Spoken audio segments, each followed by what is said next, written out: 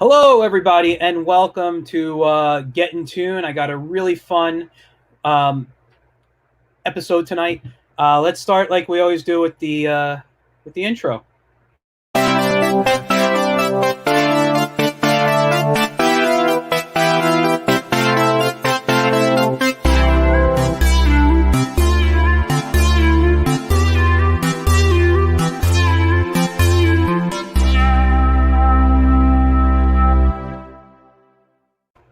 All right, thank you. Tonight we got a really great guest, um, fantastic artist.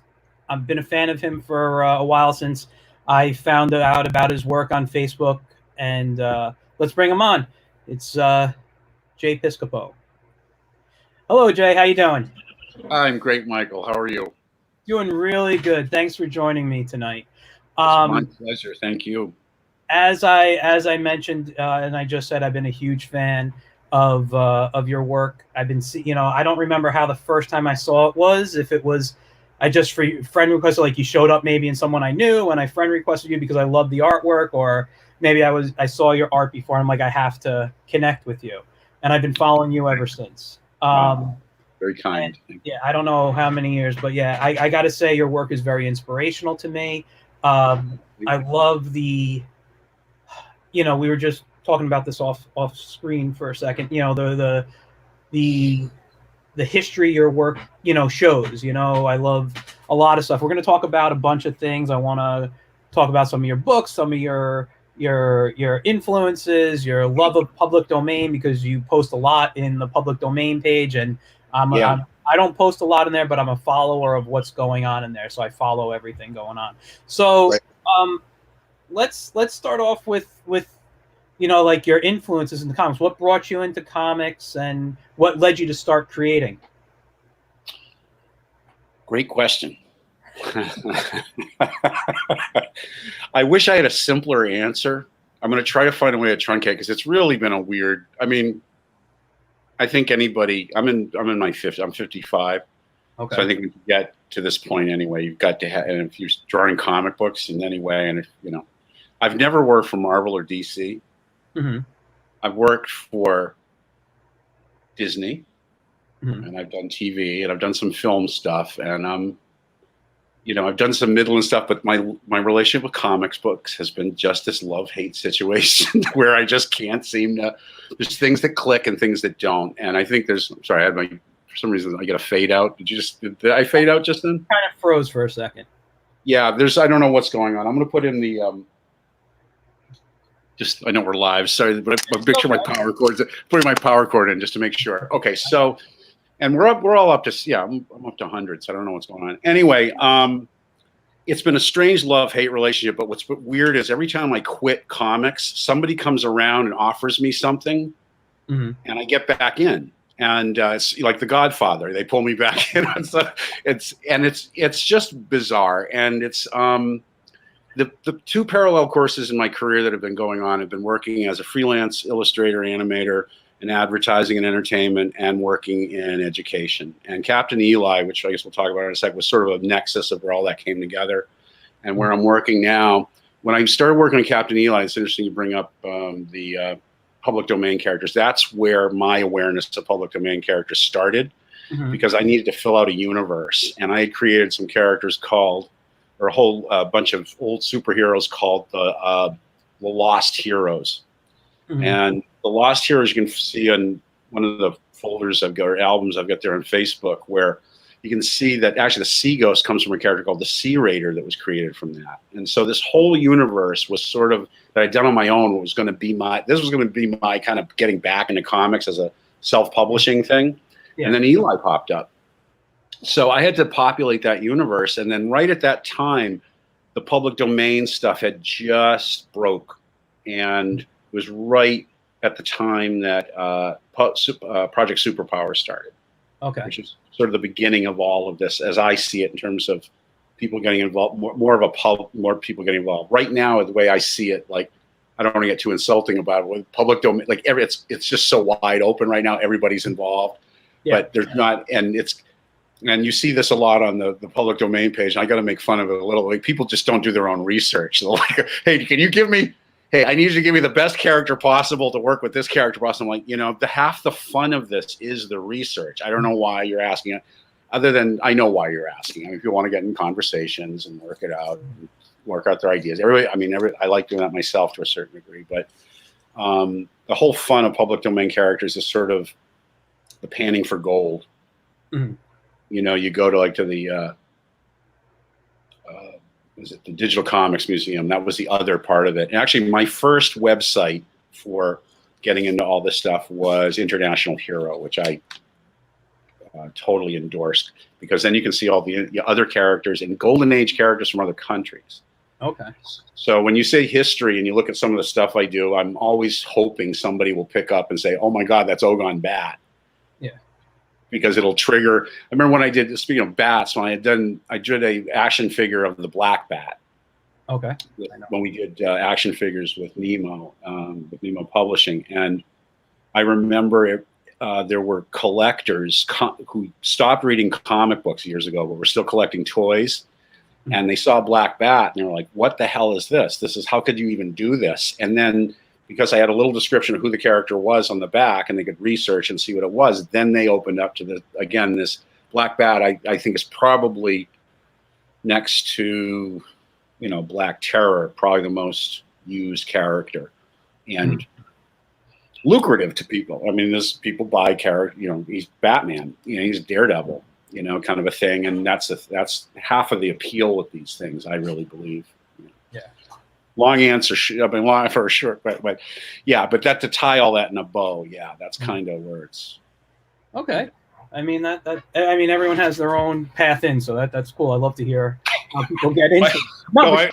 I've been in and out. Listen, we were talking about some other stuff we won't get into because I don't want to hear all the time. Yeah. But it was another story. I met Jim Starlin when I was 18, and I was going to be like a comic book prodigy when I was 18, and that never worked out. So I've had this, and then I met Kevin Eastman. We'll tell that story on another show if we want. We'll get into a whole other thing because I've been wanting to be more public. I've told other people about it. They said you should talk about the story, but it might be controversial in some ways, but I don't care. Anyway, the point being is that I've been in and out. I've had so many breaks and losses with comics that it doesn't even make sense to me anymore. It's just and now kind of where I'm at is like kind of where the world is at and where everyone else is at. Is you do your own thing, you find your own audience, and the thing I'm grateful for now, we'll talk about with the stuff coming up, is I'm finding that connection with doing the educational and. Yeah, and that's great. I do want to talk because we're both educators, which I got to say, I found out a little bit earlier on your. I think it's the art of Jay Piscopo's page. You have a video from when you were on your local news, I guess it was. Okay. Yeah. I watched that, so I saw you drawing and talking about how you were teaching workshops and stuff. So. Yeah, that was the key way we actually promoted. Now, this is the really funny thing about Captain Eli was I got into schools all over New England and Pennsylvania. Mm-hmm. At the time, soda was being thrown out of schools, and Captain Eli was made to promote a soda. So one of the reasons things was kept, so this is where was my selling point to the company. I was like, do you see how many places I'm giving you free press? Mm-hmm. We're seeing children and parents, and it's not just some cheesy thing where, it's just this. That was the big thing about it that I was proud of, was that I grew up with some stuff, from my generation, a little before that. You'd have stuff that was promoting a product because it had to. That's where radio came from. Yeah. Was this soap operas sold soap. So yeah. I was given leeway to make a good product, and because it was all ages, I could do what I wanted to. And that's what I wanted to do anyway. I thought it was being radical actually with what was going on in comics at the time.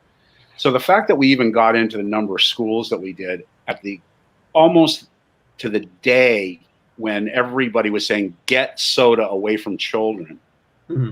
And it was also one of the things that worked with us and again. I mean, I've always been in this really weird place in terms of comics, where I'm kind of looking at a kind of a bacteria that can only live 5,000 feet under the ice in Antarctica. It's which again, I think everybody is that. It's some, it's you just got to figure out where your ice is. Yeah. Just quickly, I want to get we got a couple of just comments. Scott Shortles just says hi to me. He wasn't sure if he can tune in. He's a regular of the show, so thank you for tuning in. And Delphin Barrel. Dell's there, great. Del, who we're both friends with. Hey, Del. Hey, Del, guys. very talented artist. Yes, very amazing artist. I love. Good man, and mensch, and he's. Good, the best. We've had a lot of friends in common, me and Del, and people have told me I should be meeting him and stuff. We finally officially met last year at a show. I think it was back in April, and that was like the first. Really, it was like a quick meeting, but somebody I'd love to hang out with more. He says, "Oh, stop it!" But yeah, anybody out there watching, if you have any questions, feel free to write them in, and we'll ask Jay. So. Yeah, let's start. I know you just mentioned Captain Eli. You talked a little bit about how you use education, but let's talk about the creation of Captain Eli. Hello to Joe Ryan, who's another regular watching the show. Let's talk like how did Captain Eli, come? You said you learned through public domain through him, or you used him. Or you learned public domain and created him through that, or? Well, it's funny. It's like, I really think in life you've got to letting go of things and not caring. Sometimes things will come to you. And what happened with Captain Eli is when it was first presented to me was not as a series. It was to do a little comic, which we did. That was a menu, which was used in one of the restaurants that now you didn't really create it with me. The guy who backed me to do this, the company to do it, he owned these restaurants and to sell the root beer in a menu. And so the first story I did, I kind of did as a blow off, to be honest with you. I thought when I looked at it, I thought, I see a kind of a Scooby-Doo kind of a thing, boy detective. Again, and partially boy inventor. There was a little bit of that going on because I grew up with Tom Swift. Mm-hmm. And the thing was, the reason why Captain Eli and what he looked like and why he was a boy inventor and a detective and all that stuff, because on the label is a little boy wearing a raincoat and a sailor's outfit with barrels of root beer and a parrot. And this is what I was given. Like, you have to use that.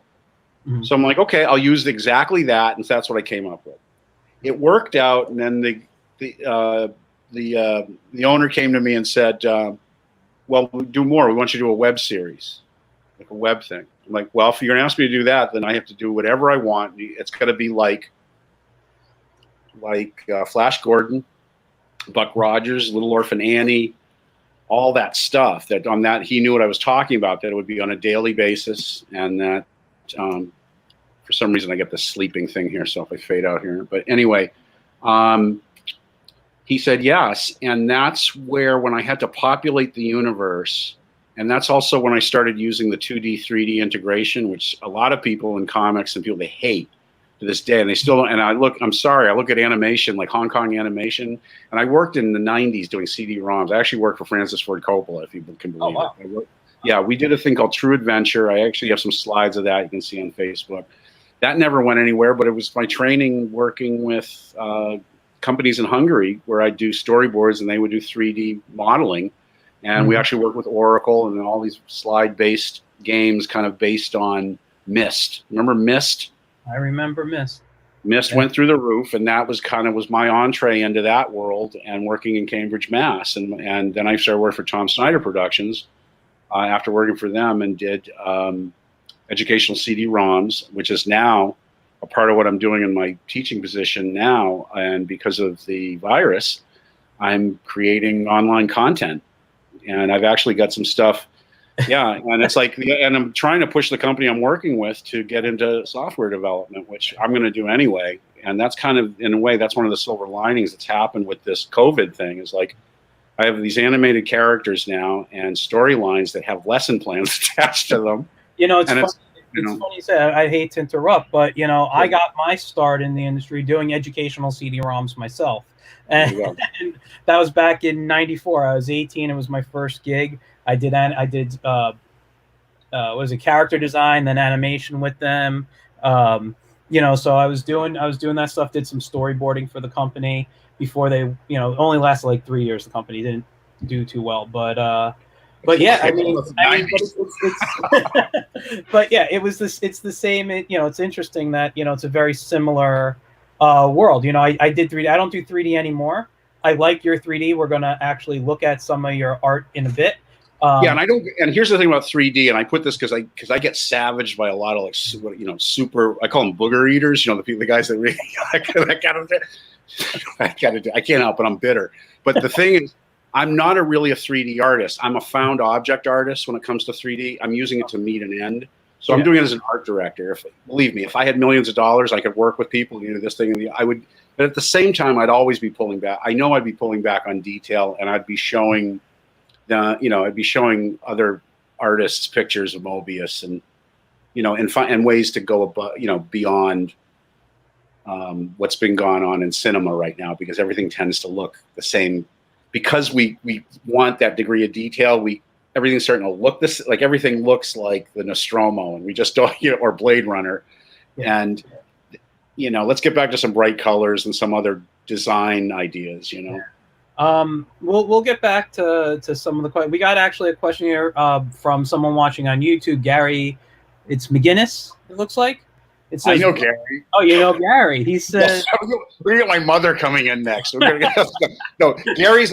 Let me just say, not being a jerk. No, Gary is an incredible young artist, and he's a future comic book artist, cartoonist. And I haven't seen him in a while, but he's been really supportive of my work, and he's a very nice guy. So, awesome. Hi, Gary.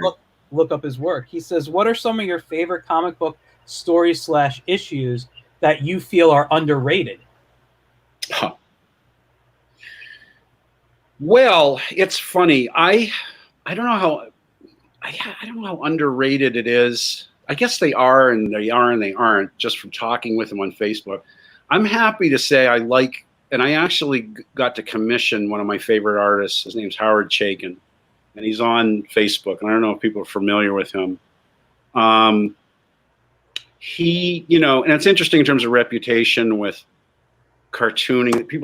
People pick up on him from different points in their life, or seen him from different things. Like a lot of people know him from Star Wars, because he did the first issue of Star Wars, even though he would be the first person to tell you he doesn't, because he's not proud of that work. He doesn't really tout it, even though he's maybe most famous for it in a lot of ways, because at conventions, I'm sure a lot of people bring him Star Wars stuff. He's like, American Flag to me is one of the greatest comic book series ever made. And when what he predicted what's going on right now, the revolution will be televised. He even said, he knew what was going on there. He was way ahead with characters like Cody Starbuck, and which was funny. I saw when I was 15 years old by going to head shops in Portland by accident, and that's where the underground comics were. And I saw Star Reach. Now, if anyone's ever seen Star Reach or familiar with Star Reach, I would definitely. It's got total adult content here and there, but it's like people like Jim Starlin, you're seeing him explore for the first time a lot of the concepts that would carry his career, and he would take the concepts around death and identity and things like that. He have followed in everything he ever did, and it's all in those Star Reach. But Howard Chaykin for me. I just put it up on Facebook, one of my favorite books ever. And right now I'm working on a personal, what became personal because I was under lockdown, started using myself as the character. But I've been working on for years now a thing that keeps morphing into something called Space Patrol. I'm sorry, Space Legion, which is a public domain name. Okay. And there was a character go from Space Legion called Brock Braden. I've kind of cut him out, but I've created this entire space universe where they're all public domain and my own characters. Anyway, this character Taggart came along, and I forget where I'm going with this, but what Chaykin did with a book called, when you talk about a single issue, a book called Monarch Starstalker. Ever seen it? It doesn't sound familiar to me, but I've seen a lot of stuff. Underrated. So good. I got to okay, I wanted to get something underrated. Okay. Yeah. Go check out, I think it's Marvel Premiere, where they would do one-shots. Yeah. And also, if you've never seen it, Chaykin also did a one-shot about Nick Fury, which explained why he had the immortality serum. Okay. Which got lost for years. Eventually got, but it's probably one of the most brilliant. He tells you the serum that kept him immortal all that time and young was a Nazi serum. Oh, really? Okay. And Chaykin wrote this unbelievable one-shot story about it. It's one of the greatest Nick Fury stories you'll ever read. I'll definitely have to. Because of Howard Chaykin. Now, Howard Chaykin's whole thing was a guy with a gun. And that's when you had Dirty Harry coming out, and that was the action hero at the time. Yeah. So he's one of the models for me, and actually it's not in style to do it these days, but I'm going that way with Taggart, having a character like that. Where also I like the old Jimmy Stewart westerns, the Anthony Mann westerns, where he'd always start out where he did something horrible, but you never saw it in flashback. Yeah, but you knew he did something horrible. It would be described, or you get pieces that something horrible happened, and the whole rest of them, everything that's new that happens is all about redemption. The guy's redeeming himself, but in a very subtle way, because you're not showing it. And you see that the story arc is still there with that character. So Chaykin was really good at that kind of character, and also.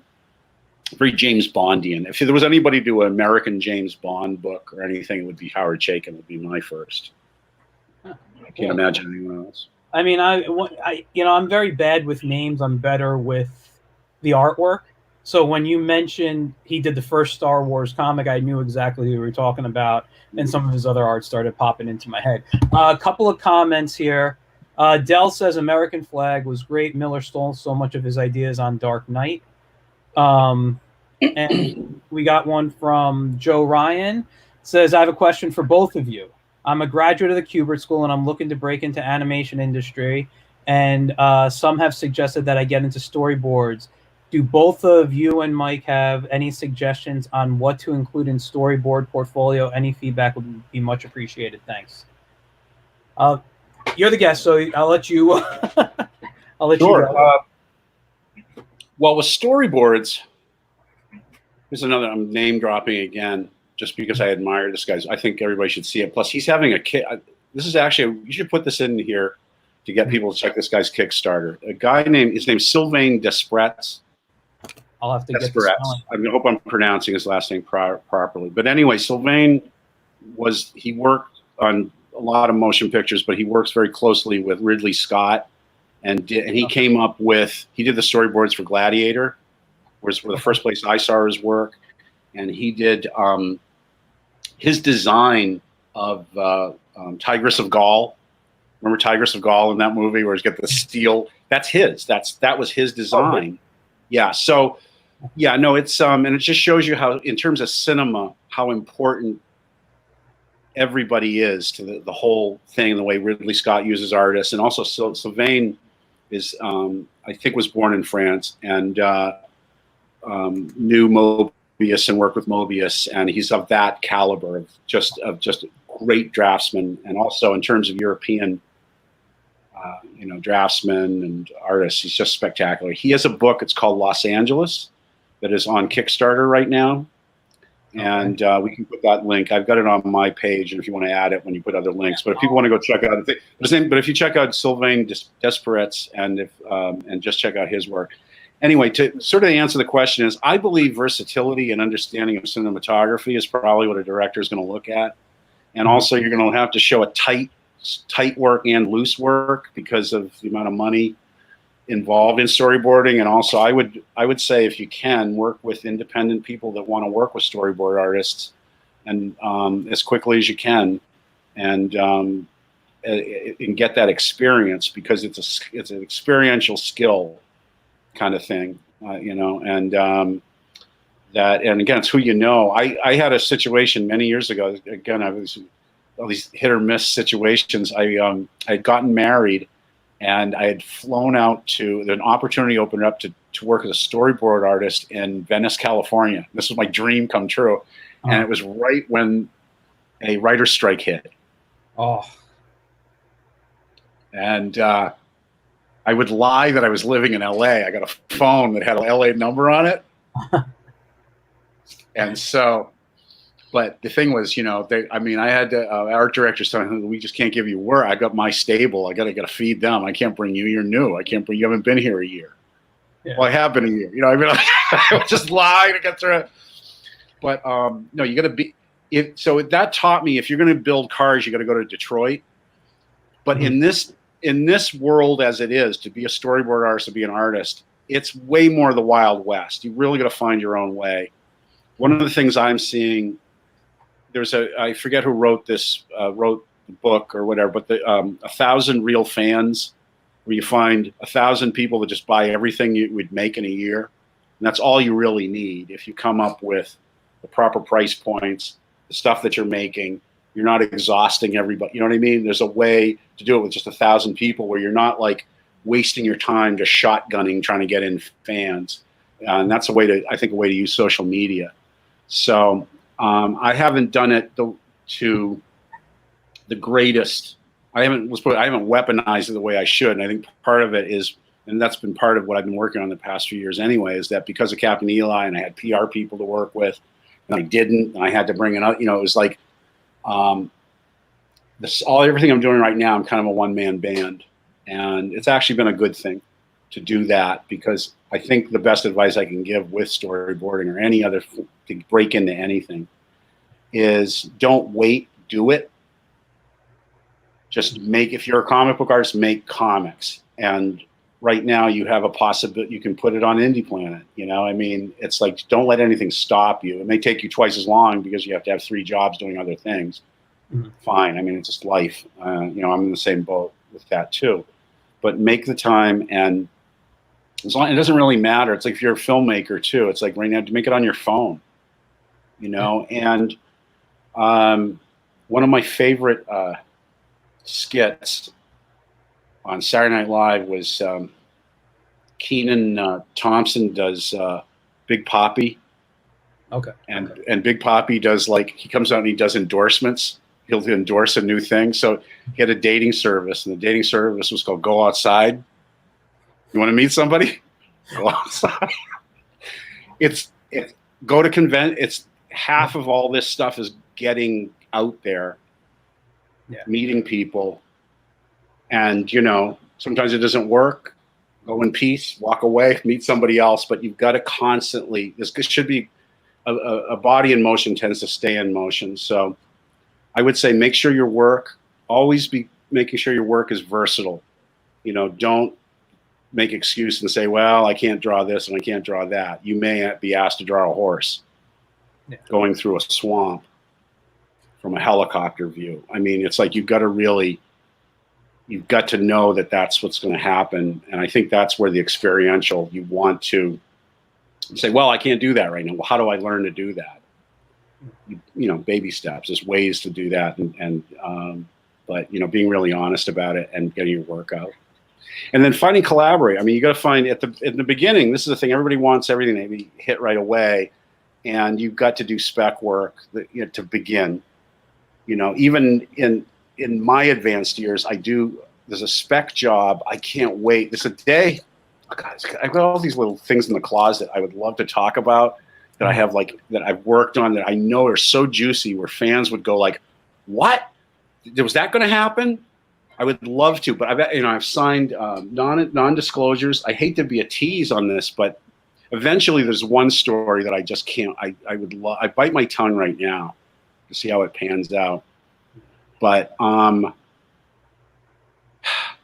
just make stuff and do stuff on spec with your friends to begin. If that's what you need to build your portfolio.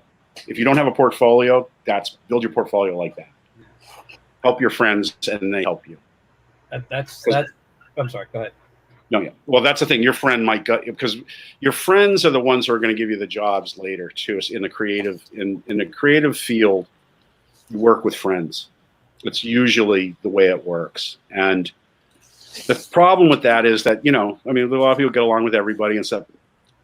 Be prepared not to get along with everybody. I don't have this, my biggest thing is also my taste. It's like I'm a freak with some, I don't fit right. Yeah. What typically should be a fan, idea. I bring up Winslow Homer and so who the hell's Win? I mean, it's like, and I'm not putting. It's just part of the thing. It's part of the game. And it's okay. It's okay. The only thing I would add is something I did when I wanted to learn storyboarding, and I storyboarded everything that I could. I watch a lot of cooking shows. I would say, I do a lot of cooking. How would I make this recipe? So I'd practice something like that and think about how cooking shows would storyboard.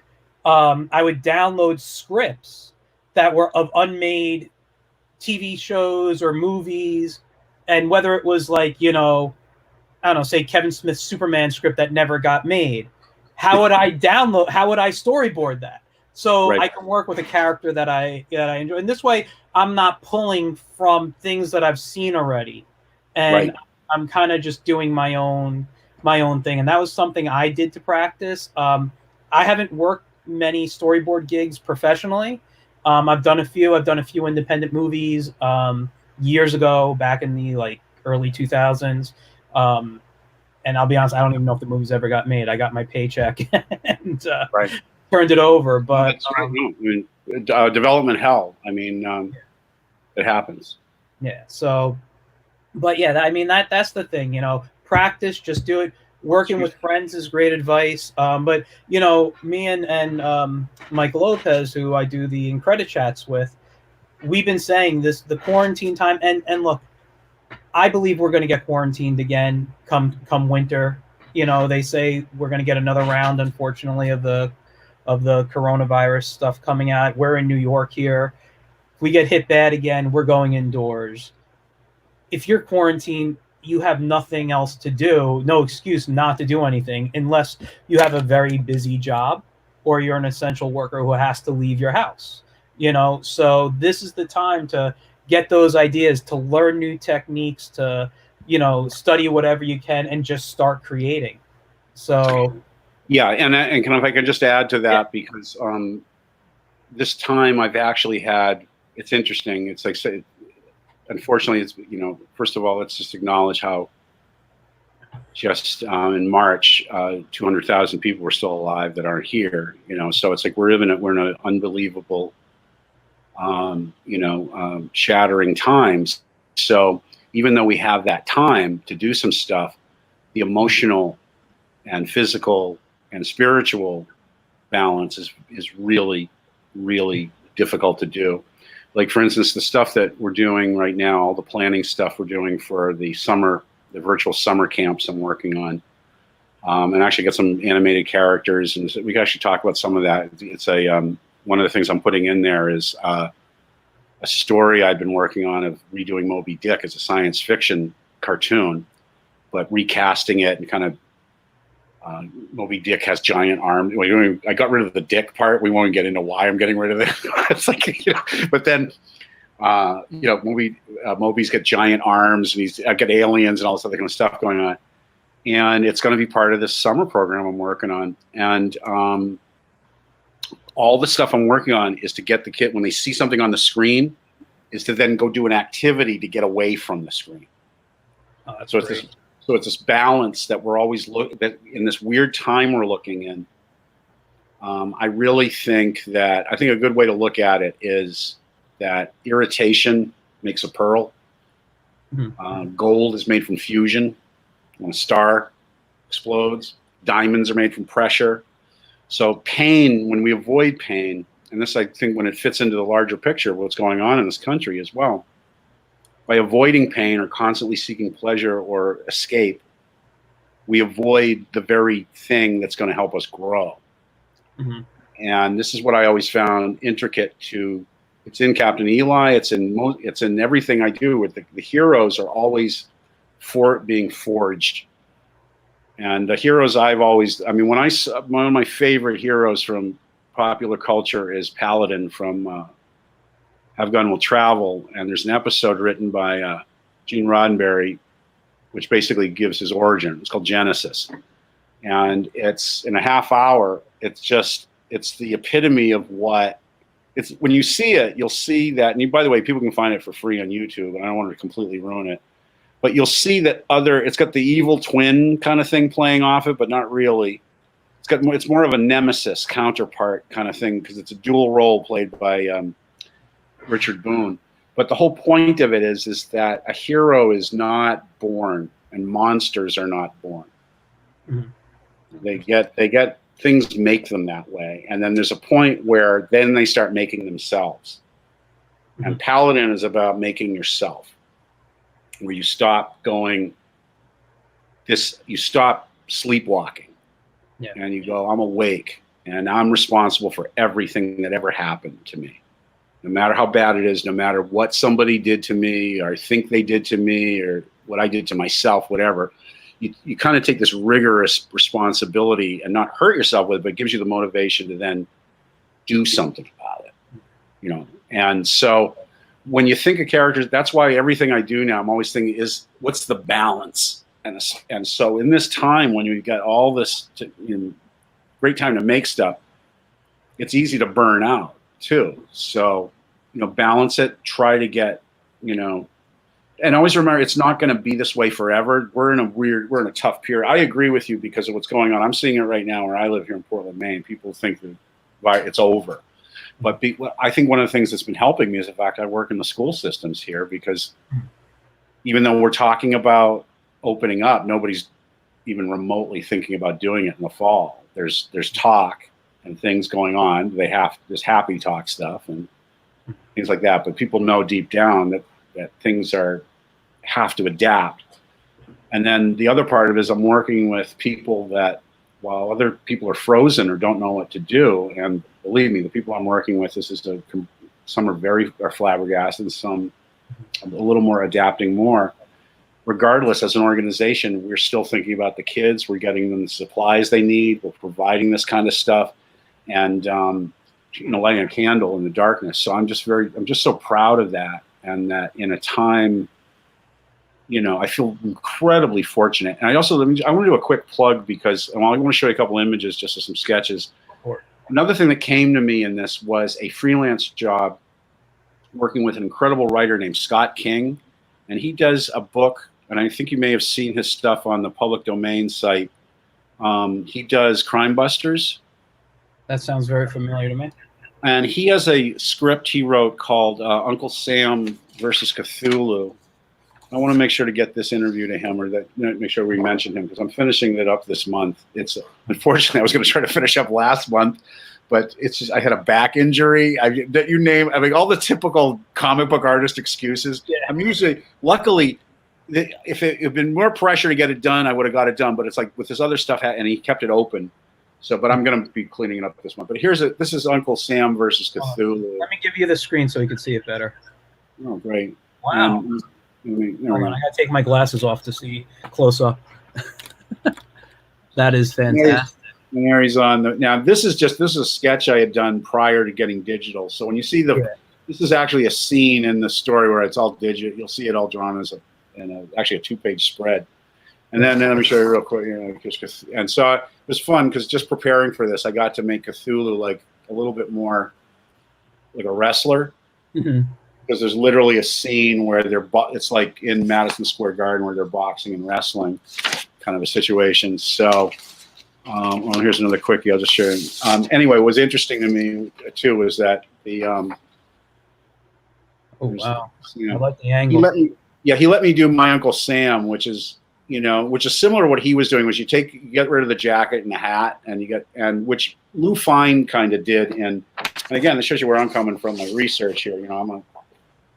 I feel like I'm a historian with this stuff. And I get Uncle Sam stories in here. Anyway, Scott is a brilliant writer, and let me give one more little plug for myself. He let me come up with an original character, which is Count Null. Count Null is a dwarf and a Nazi. And this would be a good Peter Dinklage role with completely shaved, completely hairless. And his name is Mephisto Null. He's a high priest of what they call the Yellow Knights, and they're of he's the liaison between Cthulhu and the Nazis. I'm sorry. Speaking of which, I'm giving this to Scott, so when he does his Kickstarter, this will be one of the prizes. But I can't get these anymore. I did these on Zazzle. Okay. And this was my biggest seller. It's a Cthulhu embroidered hat. Wow. And actually, they stopped doing the embroidery, but I want to get this done again. I wanted to get this done on. I had it, and I never bought one. Was a golf shirt. Mm-hmm. Cthulhu. I thought Cthulhu on a golf shirt would be that's cool. something. It's definitely different. Yeah. Hold on. I got a question, but first I want to go through a couple of the comments real quick. So Sure. Dell says, I love the Moby pitch. He also says Genesis was great. Boom played Paladin and Smoke. And he says nice, but I don't remember to what was nice now. It's probably one of the pieces of art you showed. And Joe Ryan says, thank you both for the excellent advice on storyboarding in the industry. I find your tips on breaking in very useful. Thanks again. Oh, good. Very welcome. But there was something you said when you were showing the artwork, and I don't remember the exact words you used, but I got the feeling, and tell me if I'm wrong, that when you are creating art, like your stories, comics, and whatnot, you're almost thinking of them in a movie format, you know? Oh, yeah. So like you're seeing. Well, it's visual storytelling. So yeah, no, exactly. So I guess what I'm saying is yes and no in that it's still a comic book, and I prefer the comic book because I'm alone and I don't have to talk to anybody. Like it's just, or if I'm with a writer, I'm the director. Like, you know what I mean? And I'm doing the underwater photography and the casting and everything. And so it doesn't matter whether I'm getting a nickel for it. The fact I'm in control of everything, which is that's like Orson Welles when he made Citizen Kane. He could have got way more money if he had just given up control. And the reason why his contract was so incredible at that time was because he went in and said, I really don't want this. So you got to give me complete 100% creative control. Yeah. And they did. And people freaked out. So it's like with Captain Eli, there was a great deal of creative control other than I had to promote a soda and I had to stick with that character. But it's in comics, it's still visual storytelling and you should know cinematography, but you can do stuff that you couldn't do in a movie. Yes. One of the things is that the panel changes. In a movie, it's always a big rectangle. And I always teach my students, don't start screwing around and making weird angles and messing with stick with rectangles and squares and then work within that to give dimension and give, perspective. Yeah. And, pretty much kind of one of the things that you see in How to Draw in Comics the Marvel Way, the very first versions, is using the vanishing point as the point of interest of the viewer. Yes. And so that's where your movie, that's where you get this weird bridge between movie directors saying, hey, I learned from comic books, and now your comic books saying, hey, I learned from movies. So I'm in that place where it's both. And where what I'm fascinated by is that world of, and I think, a good expert on this to listen to is Alan Moore. Alan Moore really understands storytelling, visual storytelling from the perspective of a movie and a comic book, and what the strengths of each and the weaknesses of each. So, I think that you've got to know. I didn't understand comics until I understood cinematography. Okay. That's an interesting point of view on that. I thought I knew comics. I thought I knew what comics were about, as many comic book artists do who just draw from Neil Adams for most of their life and things like that. And then when you start getting into it, you start discovering that people like learning about Andrew Loomis. People like Steve Rude was influenced by, you look at everything he does and how Andrew Loomis plays into that, and all the greats, learning from Andrew Loomis, Alex Toth, people like that. And then you start seeing that the reason why they were learning from these people was they gave a sort of a key to the door. Like a big key to my door making a book was Wallace Wood. Okay. When I learned that Wallace Wood didn't sleep and he had two shifts, he had a day shift and a night shift. And so by the time he was doing like the Tower comics, people would he had different artists of different varying degrees of talent, and like Joe Orlando was really good, and his name's escaping. He was the inker who went to Marvel and became a big Stan Lee really depended on him as an artist. Dan Adkins. And so what would happen is that they would use opaque projectors, just like classic illustrators would, and get references, put them up on the wall, trace them. The most distinct one I've seen like that is it's Dynamo stopping a train, and it's clearly the train was a photograph that was traced on an opaque projector. And then they took a tracing of a Wally Wood pose, and Wally Wood had literally, I think these went at auction when he died. He had 5 or 6 big metal file cabinets that were all full of photo reference and Lou Fine comics, poses, tons of poses, photo and comic book poses. What's his name? It's usually late at night. I'm rambling, but Flash Gordon, Alex Raymond, people like that, and what they would do is, they had to fill in the comic book and get it done in time, and so they basically stole, clipped, and ripped off stuff, and then Wood or Adkins would ink it all over. After all, it was sort of a quilt of all these kind of pieces. Somebody else did the background, somebody did whatever, and it would look like one guy did it. It looked like Wood did it.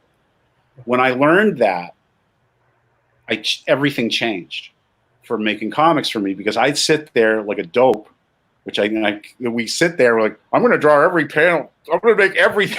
You know what I mean? You don't even think about, I'm going to do it out of my head. I'm going to, and it's like you really push it. And also with animation, we do that same thing too. Or it's like there's so many. I mean, you don't want to use too many shortcuts, but you learn that weird balance of having skill and knowing when to use a shortcut and not use you. That's what I learned from Wally Wood or Wallace Wood, is that there's a way to mechanically put together a comic that would still have integrity and still be artistically exciting and great to look at, but you don't have to keep reinventing the wheel. And that's where I started getting more into this. This happened in Captain Eli. Well, reuse the same image, but in a different way, as if it was a cell in a TV show. So when you saw all the Hanna-Barbera stuff, they just reuse cells week to week with different backgrounds. I would do the same thing here and there. And it actually it saved me time, but it creates a cinematic animated effect when you do that. I do have one more question about Captain Eli, then I want to move on to other stuff, because I normally do this for about an hour, but we're already at almost at 50 minutes of talking, and there's so much more I want to talk to you about. I got nothing better to do, so if you want to do an extended one, we'll do an extended. Okay, I don't mind either. Okay. I just my Captain Eli question is about, you said you got basically when they told your backer said, hey, I want to do this like webcomic or whatever it was, and you're like, I need total control. How did you end up building his world? Because it was just you said a menu piece, and now you're going to this comic. What your basically the world building. How did you come up with the characters and the storylines? Because it was, you said, I want my own. I want to do this all on my own. Like I want complete. Well, yeah, I had my ulterior motive was I had already started developing some of my own stuff that was going to be integrated into it. But more importantly, the fact that I was kind of given the restriction of Captain Eli as the main character opened up my interest in, again, as a historian from a comic book or pulp or literary historian kind of a thing, the whole idea of the boy inventor and the boy detective. Yes. Which then opened up Captain Nemo. And you can see that Captain Nemo is a massive part of Captain Eli, and literally, not to completely ruin the story, whatever, but basically, it would the more appropriate title of Captain Eli would have been Young Nemo. Okay. And because of Nemo and the Disney and all that other kind of stuff, and the soda and all these other things, I mean, there's multiple reasons why. But anyway, if you get into the stories and the very rare issue 3, I won't even get into why it's so very rare. But eventually, I'd love to tie it up enough where people can see that there's actually 3 different Captain Nemos because of a time travel anomaly, and this is a very key part of the story. It's just not thrown in there. And we see various versions of Nemo, and we find out that Commander X and Eli and Commander X they're the same person. I'm ruining it. Big spoiler. I know. Well, actually, we got one question from Dell, but before I ask his question, where are the Eli books still available? Like, where can we get them? The only place I think you can get the Eli books at this point is either from from booksellers, or if I think there's still digital copies on Drive-Through Comics. And I think you can even get, and issue 3 is there, which is more important because issue 3 is the one I'm most proud of in terms of there's a plethora of public domain characters, and this was the whole thing with issue 3 was that when we were considering doing a monthly comic or bi-monthly comic after issue 3. And actually what you're seeing in stuff like one of the books I have on Indie Planet called Heroes Unleashed, that would have been one of the outcomes of that, is that I'd have a showcase to then take some of that universe. And I will say this, Heroes Unleashed is a great book. I have the digital copy of it. I bought it when I saw you advertise it. I also have your Thoris, but I can't find my digital copy somewhere. So, so Dell has 2 questions now. It says, is there a connection with Eli and Tom Swift? And also, issue 3 was great. Whatever happened to issue 4? Well, issue 4 never happened because of my relationship with the soda company and their relationship with other companies and what they're doing and other stuff going on. And it's just a business situation happening. For many years after we stopped publishing, I'm still in touch with a producer in Hollywood that was doing their best to try to get it made in different forms. We have different forms of interest for years. When we first hit our first point of recognition where we were covered in a lot of different media and stuff, we had a deal, and the ink was dry. And then it's almost textbook what happened, where the company let the producer go who brought in the deal, and when the new producer came in, they kill everything. It's sort of like when a lion kills the other lion, they kill all the cubs. The new lion comes in, doesn't want the offspring to be alive. So Eli was one of that offspring. And it's just, the company liked it, but the new producer looked at it and said no. And just didn't even, and that actually happened on very successful things like Princess Bride. I think that happened. And that's why William Goldman bought his script back, and eventually, because he believed in it so much. And believe me, I was not in the position to do any of that kind of stuff. So even though I am still an owner of the intellectual property, and that's one of the reasons why you see Sea Ghost, where there's less of a stickiness in terms of trademarking, you can get the Sea Ghost comic, which I'm very, very proud of, which is at Indie Planet. So if you haven't seen that yet, it's a one-shot, and it has a lot of, I would call it a signature book in terms of how I look at storytelling and what it would be to take. The whole idea of what happened with Sea Ghost was I wanted to make a book where, okay, let's imagine there's 400 issues. And of that 400 issues, there's probably 10 that were really good. Yeah, I'm bringing it up. Oh, cool. And then, so I wanted to come up with something also that would have that if it took off and we could do other stuff, it would have far-ranging connections to other characters and the universe. And for instance, see in that issue, he connects with sort of this cosmic group of policemen called the Dimensioneers that kind of match up superheroes to situations where they need a superhero. Sort of like a employment agency in the universe for superheroes, but they don't tell they just kind of they kidnap them and throw them into these situations. Yeah. And in Thoris, if you notice in Thoris, it has that ties into Sea Ghost, because the Dimensioneers and that concept of, I mean, everybody talks about multiple dimensions and things like that. I'm trying to give some spins and some ideas on string theory, multiple dimensions, consciousness in a comic book. Some people pick up on it, some people don't. I had a reviewer read Thoris, and I couldn't believe. I just thought the degree of unprofessionalism. The guy said it wasn't art, and I wasn't an artist. Wow. And yeah, and it's like, well, there's a lot of people who are reviewing that shouldn't be reviewing. you know, and it's like it's clearly the thing that prompted Thoris was I love the Amalgam books, and I also loved Jack Kirby's Fourth World, and also I like Big Bang comics. So I'm like, okay, so why can't I do that? So I do, and then there's distinct differences in it. There's things that I know that have not been done, and I also know that where Jack Kirby used to put in his spiritual or metaphysical beliefs into the Fourth World, I wanted to put mine in Thoris. So I'm not copying Jack Kirby. I'm putting mine in there. And there's other stuff, you know. So anyway, that guy missed the reason I'm bringing it up was that when you look, if you go to Thoris and you look at all the reviews of it and the reader reviews, they get it. And it's meant to be a fun read. It's meant to be if you like Fourth World books and that kind of stuff, it's meant to be a very fun read.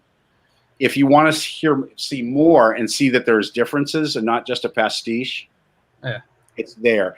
That's my frustration with criticism in comics and fans in general comics. Everybody always sees the similarity, but they don't see what's different about it. Yeah. You know, it's like everybody wants to show they're an expert and say, hey, you know, this reminds me of this. But of course I want you to, I mean, that Sergio Leone used to call it cinema cinema. Like he would, I mean, this is why filmmakers copy and put scenes in movies to make you think of that other movie. They want you to. It's not because it's a crutch. So I'm doing that all the time. If there's something that makes you think of something else in my work, it's because I want you to have that feeling. And there's usually something, it's not just to be, there's something else attached to it somewhere if you look deeper. Yeah. No, that's As a lot of artists. If you look at a lot of, yeah, I was just about to say, I think we all kind of do that when we create our own comics. I mean, we are it's part of ourselves. So when we write a story, it's part of ourselves. When we do the drawing, you know, I remember when I was in college and I had to write, I forget what I had to write.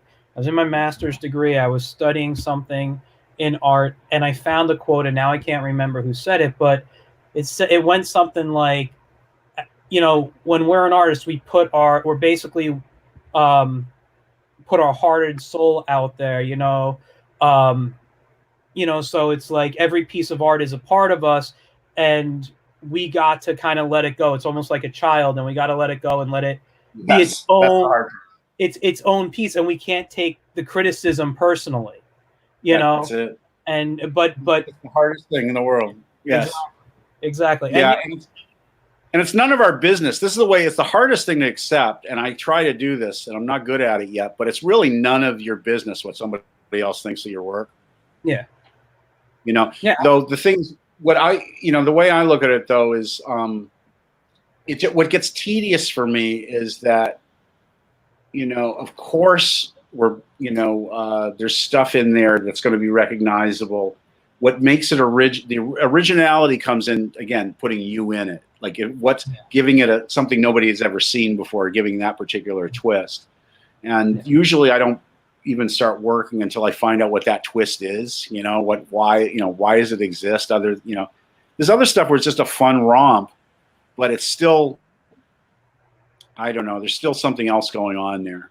You try to find that meaning.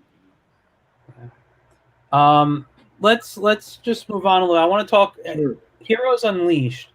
It looks like from my knowledge of public domain, and I do want to talk about that, and maybe we'll get into that with this. It looks like it's a combination of actual public domain characters and then some that you've kind of, gave your own twist to. Is that correct? Like, oh yeah, there's different degrees of alteration going on, and just so you know that Heroes Unleashed is. Let me give a quick plug on number 2 because I'm late on getting that out. Okay. The first few books of Heroes Unleashed are basically reprints from different sources or things that got lost, and now is a chance to put them together. And I do things for some small publisher that only 3 books were made, that kind of a thing. So I wanted to get something where some of the stuff that wouldn't get totally lost. So there's varying degrees of that where. There's definitely characters where, for instance, in the case of Man of War, it pretty much is Oh, it bounces, it bases and bounces off the original Carl Burgos story, and then takes the approach as if the character was being. We follow a trajectory through the Golden Age, and then sort of reintroduce, and it ends on introducing him as coming in as a Silver Age character. And the stories that I have planned and things I have in different pieces were his image changes, and he looks a lot like Kirby's Manhunter from the 70s. Okay. That kind of armor. And he becomes a Silver Age kind of vehicle for some other characters I wanted to put. And that's the intention for him. So that's the whole thing in Heroes Unleashed. So the next step in Heroes Unleashed, the next time you see him, when we see him, we're going to see him in a Silver Age.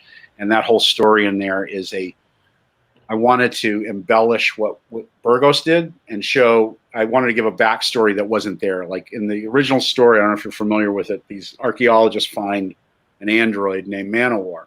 And it seems to be, they either find it's Atlantis or I make it a colony of Atlantis in South America, called Utopia. And we find that he's there and he's obsessed with destroying warmongers. And we don't know why. So I basically give the backstory of why he's obsessed with warmongers. And I also hint at possible a female man of war named Wara, a female man of war. So there'll be a love interest eventually. And also his android form, he gets more and more human. Another big influence on this was a Gene Roddenberry pilot called the Questor tapes. Okay, I'm not familiar with that one, but check that out. I think you'd like it. It's a really cool idea, and it's about ancient aliens creating an android to be sort of a sentinel of the human race, a sort of a superhero and kind of situation. So I kind of ripped that off a little bit in this, even though Burgos was in there. But I definitely give a backstory of why he's so obsessed with destroying war and why his programming or why he's set up as this guardian of humanity.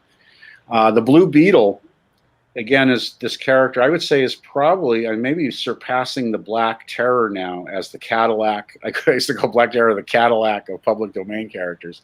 I think the Blue Beetle is just kind of surpassed that. But the blue chainmail always bugged me, where I'm like, let me make him a knight. I want to do it.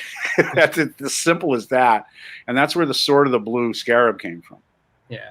And basically, again, those were done for my buddy Vito Del Sante for his book Stray. He said, "Can you do like 4-page stories?" And I'm like, no, but I could do. But I think what I think of as primers, like primers that where you just kind of open it, like you read 4 pages and like, oh my God, this was a 300-page series. That's what I went for, and I got that a little bit. So when there's 8 pages of total, and now they're all together. They were all separate. Now they're together in Heroes Unleashed. So you can kind of get the backstory of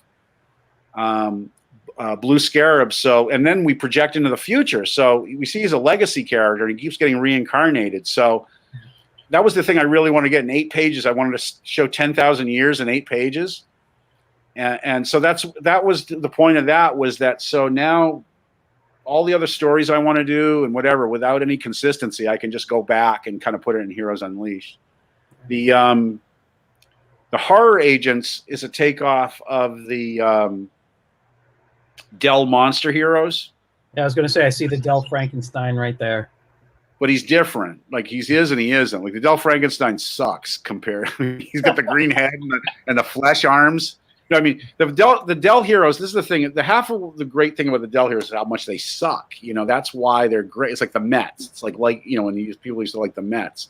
It's because they were like I used to like the Red Sox because they never won, and the Patriots never won. That was half of the fun.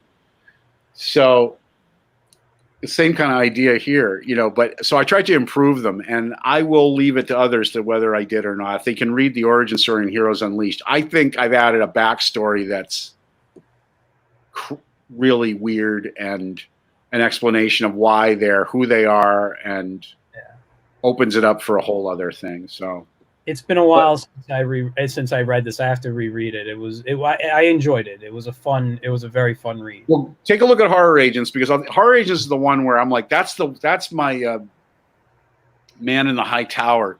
That's the one I want, literally, because it takes place in an alternate universe where the Nazis won World War II, but it's in the 60s. Mm-hmm. So imagine, what would a Hanna-Barbera cartoon look like in 1969? That's what it's about. Yeah. So I think it hits all that. But yeah, it's, to me, the public domain stuff is depending on the mood and what's going on with the character. Sometimes, like for instance, there's a character called Lunar. Yeah. And there's parts of Lunar that I leave behind, but there's big chunks of it I keep. Okay. You know? And so it depends on a case by case basis what I'm going to do, what I'm going to keep or reinvent, or what it's going to inspire, and or gender switch or race switch, because that's a part of this too, is when you're building these casts, you want a diverse cast, and basically all the public domain characters are a bunch of rich white millionaires. Mm-hmm. It's funny. I was looking at, because what I try to do since I started doing the interviews is my daily my Monday, Wednesday streams I do for my kids. I try to base it around the guest. So this week I've been focusing on kind of public domain, since that's been a springboard for you. So yesterday I spoke about different heroes, and I was talking about it, and I'm like, yeah, basically you had Superman and Batman come out, and then every character is a copy of them for the most part, but they didn't, but these characters didn't make it like Superman and Batman did. They had a better PR, Batman and Superman, and you look at it. Depends, though. I mean, I agree with you. Yeah, a lot of them are duds. Like, there's people making careers out of that, and they're printing books, the worst superheroes ever made, kind of thing, which is kind of, being ironic about it. But the fact of the matter is, you have a lot of them for business reasons. Like, for instance, the Faucet characters, the Tower characters. One of my favorite characters is a character called Doll Man. People don't realize that Doll Man lasted way into the 50s in terms of popularity. Yeah. So a lot of these characters, you're right, there's some duds, but yeah, at the time, some of them were right up there. Like, for instance, the Nador characters, I think, is the one we all look at as, again, the Cadillac, because of Terra Obscura, stuff like that. Yeah. Also, they're cool characters. I think that they're actually, like, I like Pyro Man. Pyro Man's one I've taken on that I'd like to do more with, that I'd like to actually do a whole book on it. But yeah, I mean, the key to Pyro Man, like, I added a thing to Pyro Man's story where, I mean, a couple things going on with Pyro Man. Pyro Man is accused of a crime he didn't commit, and he's electrocuted because of capital punishment. So, and then he's got this cowl. It didn't kind of fit with his outfit. So I made that the cowl that they use when he's electrocuted. That's why he wears it. Okay. Kind of getting into the Lone Ranger, kind of like Lone Ranger made his mask out of the vest kind of a thing. Yeah. That angle of it changed everything for me. When I think of that, that's like, storytelling to me is about details. Like, you get the details first. Yeah. That changed everything, where I'm like, okay, that defines the character. Now we can have a social commentary that makes it relevant to today. And so that's why PD, you're like, yeah, they may be duds, but there was something there at the time. Exactly. I do have one question, because you brought up Faucet, right? Yeah. And this is a question that I get asked a lot, and I don't know the answer. Maybe you can answer it. The Faucet books are owned by DC, the characters. How do you get away with using a Faucet character like a Captain Marvel or a Captain Thunder or something like that, that technically, I guess, is owned by another company? What is the public domain of those characters? Well, the whole thing is you got to understand the difference between copyright and trademark. And what happened with DC and Faucet, particularly, let's just talk about Whiz Comics #1. To this day, it was never renewed. And that's the origin. In Whiz Comics #1, you got Captain Marvel, Spy Smasher as their first appearances. Now, technically, that means that if you own that book and you want to go print that book, Mhm. You could, unless somebody's taken the trademark on the cover part of it. Nobody does Wiz, so that's why I never trademarked it. So someone's going to go rip me off. But anyway, if I go ahead and did this or eventually do a faucet thing, I was going to call it Station Wiz. Okay. So when you bought the book, their trademark is not Captain Marvel, Mhm. Spy Smasher. Okay. Now the original images of them, if they were not renewed in the book, are public domain. So I use Bullet Man a lot. Yes. I call him the Red Bullet, the Bullet. I changed the costume. Mhm. I did one book with Moonstone called, it was a Captain Midnight special, but it was really a Commander X Captain Midnight team-up book, which didn't get promoted enough. You're going to see that in issue 2 of, which hopefully will get up by the end of the summer, by August, we'll get up Heroes Unleashed 2, which will be that book written by Brian Augustyn, drawn by me. Okay. And with introducing original characters, and Airboy is also in that. All right. Okay. There is so we're using Captain Midnight. And by the way, the publisher did not want me to use that red outfit. He hated it. I said, we got to use the red outfit. Trust me, it's going to be great. What do you know? Dark Horse comes out with a Captain Midnight series using that red outfit. Yeah. I'm like, where'd they get that? I mean, after, by the way. And I had been showing stuff on Facebook for a year promoting that. So I just want to make that clear. You know, I come off as this bitter old lady, but it's the truth. Anyway, I mean, it was just part of why I liked the character is because it reminded me of Rocky the Squirrel.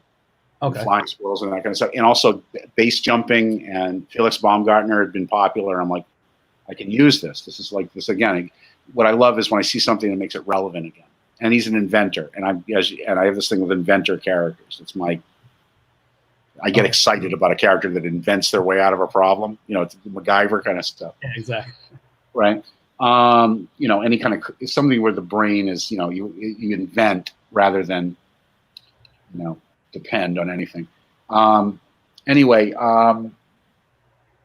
there's a cameo of the entire Faucet superhero line, and I was going to put in the Marvel family in their costumes, but I created the group called Thunder, and the publisher at the time suggested, and he was right about this, is use your Thunder people. I'm like, I did. So it's there's a really fun cameo. It got printed. We never got a cease and desist. Mm-hmm. I used everything the way I thought legally I had the right to, which was to use the images of the characters from their first appearances in appearances that were not owned by DC. Okay. I was not representing the characters in any way. Here's where it gets into trouble is when you show the Marvel family, that's trademark. That's where you get when you show everybody together. Yeah. But I still do with the Thunder thing, and I don't get into trouble because I renamed them and gave them different costumes. Yeah. Okay. So what I'm saying is like there's some point where I've changed enough where it alters the rules to where it's like they could send me a cease and desist, but I didn't do anything. And now in today's climate and the way things are, I can't see it happening. I could see it happening if it's a Disney-owned property, but I don't see it with the Faucet characters. I think people have been getting. I mean, look, if DC hasn't taken everybody to task on Blue Beetle, yeah, I mean that's a big one that I can't. I mean, and the more that they do, this is the thing about this is why Disney acts on everything immediately. Is because if you let anything go, they have nothing. You don't have a foot to stand on. Yeah. So that's the thing with Faucet characters. I think people should feel comfortable as long as they do their research and do their due diligence and not use them in a way that is, messes with DC. And I'm not. That's the thing. And the beauty of it is, again, the design of the costume, all that kind of stuff is really open for people to use in their own way to make homage to. Yeah. You just can't do a Black Adam comic book. Sorry, but hey, I've got Black Pharaoh in the Thunder thing. People get it. People understand that that's why you're doing it. And, some mind it and some don't. So, Yeah. When I was a kid, I want to say like 13, 14, when I started first drawing superheroes, one of my first characters of a superhero I drew was named Captain Freedom. I didn't know until later on that there's a public domain character named Captain Freedom, so I did as much research as I can about him. So I'm like, that could be a cool, again, change costume, do the things, but it's I found Captain that Freedom. I remember posting Captain Freedom images on Facebook years ago, and a publisher who I'll leave nameless from the past who has used that character claim and has trademarked the name, claimed ownership and told me not to do it. And I reminded him that his trademark only counted for what he created. Yeah. But he tried to intimidate me not to come up with it, and I took it as a compliment because I kind of rehauled the character. Yeah. But it got it. Usually, you only get crap from people when you're getting attention. Mm-hmm. Nobody's getting, you're not going to hear from it. You're not getting attention. You can get away with it. So, in a way, it's a good thing not to get attention. You can get away. Hey, look what I was doing. And actually, and a lot of that's why I keep doing what I do. Is it's like some of this stuff. I again, if I need more of a financial reason and basis to do Station Whiz, and luckily the comic book business isn't in a place to do it anyway as it is, but it would be one of my I call it a vanity projects or whatever, but I would I'd make a Faucet book, and DC couldn't do a damn thing about it, or they could. By the time they did, everybody would have already bought it, and it would have made it such a stink that it would have attracted. The whole purpose of it would be to attract attention to indies doing PD characters. Yeah. And then, which is the whole point of it is, and the reason why I think most of us use these characters is because that's what the big companies, everything has been, unless you create the character, it's all fan art anyway. I don't care if you're getting paid to do it. So, there's great professionals like, again, I always bring up Neil Adams as an example because he never created a damn thing, or you did those books later but then you find out it's somebody else that he really wasn't a creator. He's a very good illustrator technician kind of a thing. But what he did, he innovated the comics. People never seen superheroes look real before. Yeah. It's sort of like what Alex Ross does.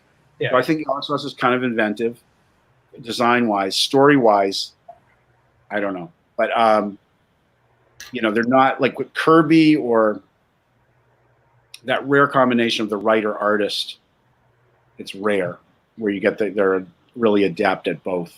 Yeah. Kind of a thing going on. But I don't know. I still think that public domain is that opportunity where you're doing what the big companies did, was you take a character that was created before you were born. Mm-hmm. And then you're like, this is why if you look at a lot of stuff I do that's the Silver Agey kind of stuff, I'm like, okay, I'm working at DC and my editor comes to me and says, here's Man-O-War. We haven't used him in 30 years. What are you going to do with him? And so it gives me that fantasy hobbyist. Yeah. And then hopefully I've got enough professional experience so when I do it, it doesn't appear that way. That when someone reads it, they go, oh yeah, I want more Man-O-War stories. Yeah. And that's the point of Heroes Unleashed. It's a showcase. So we'll see what get hit. And it's been going okay in the indie, for online, but I like to see it do better, of course, but people have been reading it and getting into it. Let me ask you this, because I want to show your Facebook page to show your artwork and stuff, but you just mentioned people are buying it and reading it. Do you find, and I know this is conventions are shut down right now and who knows when they're really going to start up again, but do you find you do more sales digitally or actual print books? Well, again, it's like I'm not really it's so bad in terms of the ups and downs of my career. I mean, I was literally, when I was doing the Eli book, I had a whole infrastructure of, in terms of getting displays made, swag. A key part of promoting myself and Captain Eli was swag. Mm-hmm. And luckily, the company I was working with actually had the resources to do it in-house. So posters and swag kind of items are very easy. Now I'm on my own, so it's a much different story. And so adapting, and the thing is, I still work in a very traditional way in terms of I work as a freelancer. So I look at things that way, but now I'm just looking at crowdfunding in a whole other way. And, again, back to that idea of 1,000 real fans, I think, I've got I believe I can do that. I just haven't put that together yet and kind of create your own cottage industry, basically. Yeah. Right. So at this point, yeah, it's hard to say. I mean, it's a massive drop off from doing graphic novels or going to libraries. And now I'm just selling stuff digitally online, which is basically paying for some groceries every other month. You know what I mean? It's not like it's a big money maker kind of thing. No, I understand. My point was, though, I guess, was do you find more people reading books, your books, digitally or in print? You know, is like I'm gratified when people buy the print version from Indie Planet. Initially, everybody, I think even people who buy the print version will initially buy the digital. Mm-hmm. I love it when someone buys the digital, likes it, and then buys the print. Yeah. I take that as a compliment. From what I understand, it just everybody has their own way. Like, yeah, there are people like I don't read digital comics that much, and I do read some web comics here and there, just to catch up on friends or people I like. I want to see what they're up to and things like that. Yeah. But I take for granted how much digital is really kind of a staple for most people with comics. I think it's the price point. I mean, rather than spend $5, you get it for 99 cents. Go for the 99 cents. I mean, I can't. If it was up to me, I'd buy print all the time. I just have no room to keep a lot of print books. So having an iPad and able to download a digital PDF, and I can keep 100, 200, 300 comics in one spot and just click and read it whenever I want. Well, and also I like the model though. Somebody really likes the book, they get the print version. After they get the digital, they get the print version. Yeah, I think great way. I'm a soft sell guy. I mean, it appears like I'm more of a huckster with stuff. I don't really huckster. I mean, I like to promote, but if it doesn't work, it doesn't work for somebody. And I like the fact that they can, it's only 99 cents to read it. Yeah. And then but I like the loyalty aspect. It was like, wow, I really like this. I want to see this up close. And to be honest with you, what I'm doing with the digital end of it, the coloring, I kind of want you to get it because it looks there. When you see these books printed, they're not like what you're seeing on the newsstands or in the comic shops anymore. Yeah. In terms of that bright color kind of stuff and some of the effects I'm using, or you get this with digital coloring these days where it gets just so muddy, and I'm really trying to push the envelope on coloring. Yeah. And the only reason you really see that is when it's printed. And that might be one of the reasons why I'm attracted to it. I'm colorblind. Oh, actually, I'm shade blind. So the colors, I see colors when they start blending, I have trouble telling them apart. So seeing I'm attracted to bright colors like a little kid would be, you know? And so I'm seeing your work, and you go just back to something like Thor's, where he's just bright red. He's got the yellow, goldish, colors on him. I'm like, his primaries. He's yellow, red, and blue, and he's the primaries. And the other thing is, I've always had the same. Superman and Spider-Man are red and blue. Yeah, and they were the biggest characters for as long as we could remember. Captain America being red, white, and blue, things like that. So it's the simpler color combinations tend to be the strongest. The other thing was that, I'm also going for a Hanna-Barbera animated cell kind of feeling on things as well. Yeah, I can tell that quite a bit. Yeah, so that's the kind of, I really want that feeling, and some people don't get it, and it's not really, again, it's not my business for them to get it. But for the people that do and get that feeling, I get excited when I read a comic book. And I think the first time I saw this was Steve Rude did it with, I think Ken Stacy did the painting version. I think Mark Evany, I don't want to pronounce his last name, Evanier wrote the book, and it's a Space Ghost one-shot. And if you can get that, I think Comico did it. Exactly. Yeah, no, I have that issue. You got that one? It looks like it looks like a TV show. Yeah, it looks. And I was going to say, one of the things I like about your work, it's almost like you mentioned the Hanna-Barbera feel. It's almost like looking like Alex Toth met Jack Kirby, and you kind of combined the styles together. Because I sometimes see like these little and get wood in there. Because here's the thing. That's what Bruce Timm is doing. If you look at Bruce Timm. And you look at his evolution from when he first, before he started Batman, and then when he first got on Batman. In fact, I've got it right. I know of what I speak. Yeah, have that behind me too. Okay, and this is what's really important here to see those is, I want to see if I can find, I think it's his first drawing of Batman. Mm-hmm. Of course, they've got Fleischer. Yeah, hold on. I'll give you the screen again. Hold on. Yeah, there you go. Whole screen now. Right off the bat, Fleischer and Space Ghost. Yeah. And I was a Fleischer, still the Fleischer nut, you know, where I used to this day, I'll stop, you know, Fleischer cartoons and copy the frames. Mm-hmm. We did, I mean, when I was studying animation in Boston, we used to watch them, and there's I forget which episode where there's a unbelievable pan where you pan through Metropolis into the city hall. Mm-hmm. And it's just one of the most beautiful pans you'll ever see in a movie or animation. And it's just so sophisticated, the backgrounds and how it's put together. But what I noticed with Bruce Timm was, and you can really see this when he does Wally Wood characters, like if you see him do like a Magnus drawing, mm-hmm. I think you can see it when he does kind of like does Nick Fury and things like that. Mm-hmm. Bruce Timm has a real Wallace Wood influence. I love that. And he's got Jack Kirby. He melds together Wally Wood, Jack Kirby, and Alex Toth perfectly. And then Darwin Cook took that, and then he took it the next step. Darwin Cook's work with the Justice League might be my all-time favorite interpretation of the Justice League comic ever. You know? It's incredible. And so what I love about that, he's not only getting those guys in there, but there's Mike Sikowski in that too. Yes. You know what I mean? Mm-hmm. So there's it's really these guys, that's, I would say, I mean, I have the exact same motivation, because I believe that the reason though you see those styles in their work so heavily is because when you get down to the nitty-gritty of making this stuff, mm-hmm. those styles were developed as you look at them as beautiful art, and you look at them as you know, great interpretations of these incredible ideas, but they're highly practical. Mm-hmm. The practicality of Jack Kirby is in his dynamism.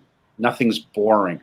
Exactly. Yes. So he goes, look, I can screw up the anatomy. I can move things around a little bit as long as it's dynamic. Mm-hmm. Lesson one. Yeah. Then you got and there's a great story where Alex Toth and Jack Kirby, when Alex Toth or Jack Kirby first moved to California, he bumped into Alex Toth at a convention, and they said, let's get together and have hamburgers. So they went out. So Alex Toth shows up at his house, and Roz Kirby makes hamburgers, and they spend the whole day talking about comics and eat hamburgers, smoke cigars, whatever. They're asked about from friends, how did it go? What did you learn?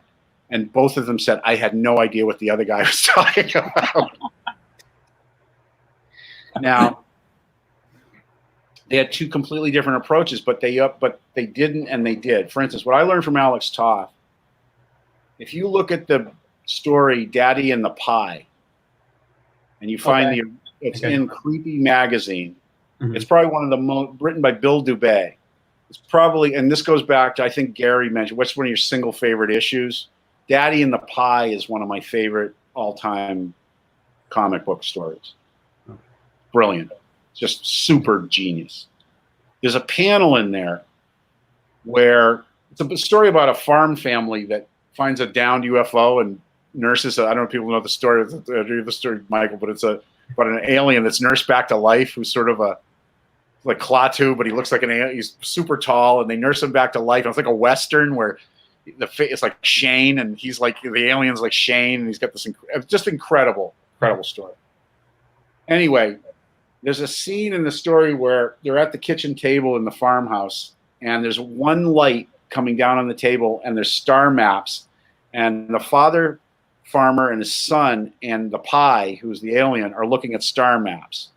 Mm-hmm. Now, there's only one source of light, and under the table, it's completely black wash. The Warren books were done with different done with washes. But because of the photographic process, you can see there was a drawing underneath the wash. Oh. underneath the table, you can see everybody's feet, the tablecloth, the legs of the table. Everything's drawn through. But when he went to ink it, as in reality, you wouldn't see any of that. It would all be blacked out. Mm-hmm. And so then when you look at Alex Toth's sketches, he uses grid paper. He draws unbelievable degrees of detail and perspective, and then he gets rid of all of it. Yeah.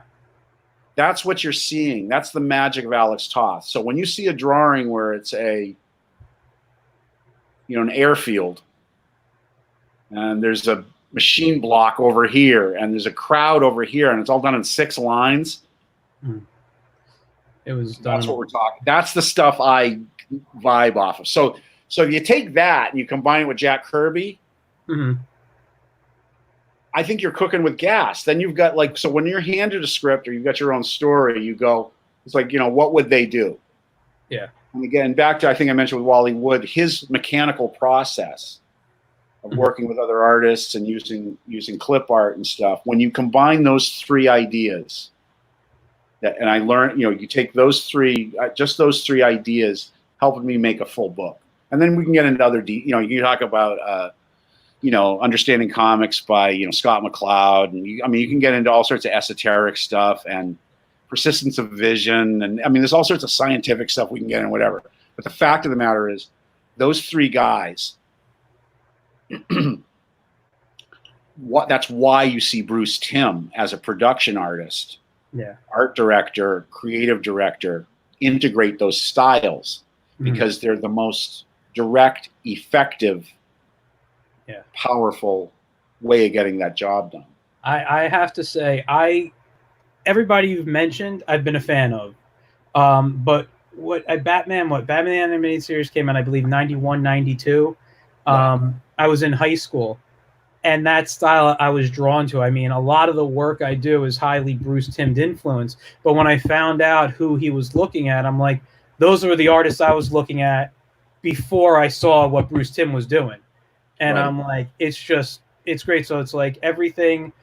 And I think maybe that's another reason I like looking at your work. The influences that I love are just shown in what you do. This is something I'm going to start doing a little more. I toned down how I draw women because in an all ages comic, so I keep their bodies athletic and things like that. For instance, the character I liked the most was a character called Amelia Bola. If you look at how I draw her, I could have made over sexualized her. I can't stand that, especially in an all ages comic. Yeah. But I love how when Wally Wood would draw women, they had hips and big tits, pretty much. And when you look at, he was what's called a good girl artist. When you look at Bruce Timm, every time Bruce Timm draws a woman, he's drawing Wally Wood. Yeah, pretty much. And that's kind of where I'm going to. It's more effective. It works. It's great. I've actually taken that, because I can do. It's weird. I could do, standard comic book style men really well, and I could do a woman, but the woman takes me a little bit more time. So I said, let me just tone down the man and keep it, how I learned from Bruce Timm. So most of my women, even if it's really cartoony, still has that Bruce Timm influence in what he was doing. Yeah, and you got to draw from life. This is where it's like, I went to art school and I drawing from models and drawing from friends and things like you have to do that and draw it, but still that mechanical or stylistic kind of things, you see why, for instance, that hourglass figure is easy to move in space in a different way. Yeah. There's a reason why to do that hourglass figure and I'm not talking about doing something that looks like 90s, way women are drawn in those books, But you look at the Wally Wood and also, Kirby did that too. He had the buxom kind of big Barda. They're very athletic, but buxom kind of women. So that's a lot of mass, and that's what you want. You want mass in a character, female or male, in a comic book, because that mass is what moves the action. Yeah.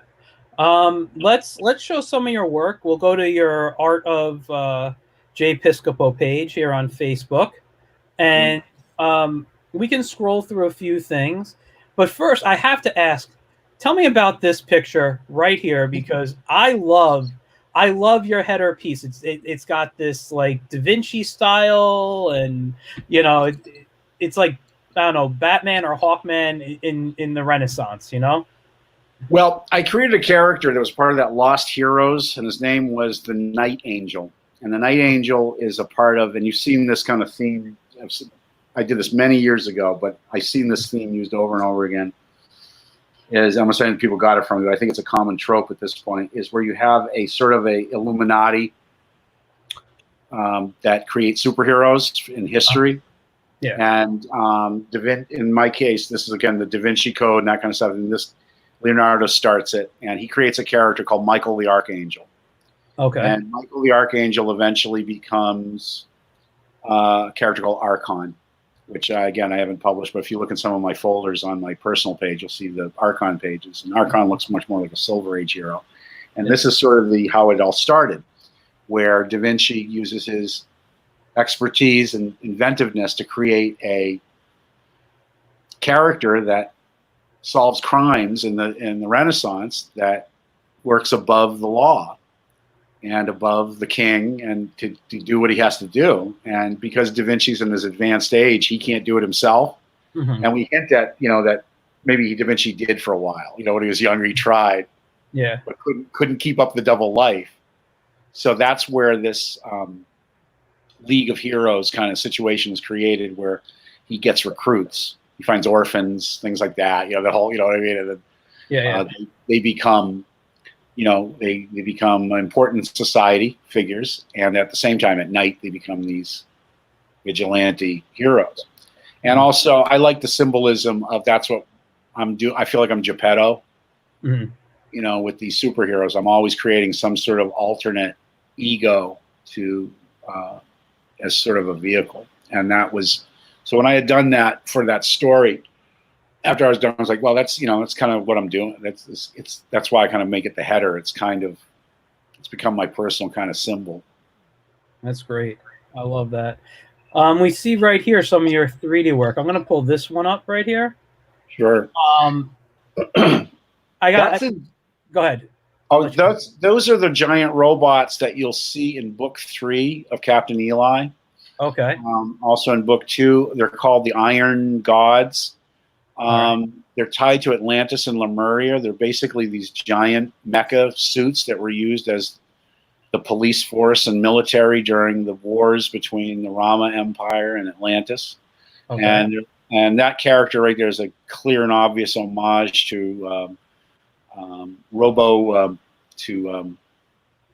what's his name?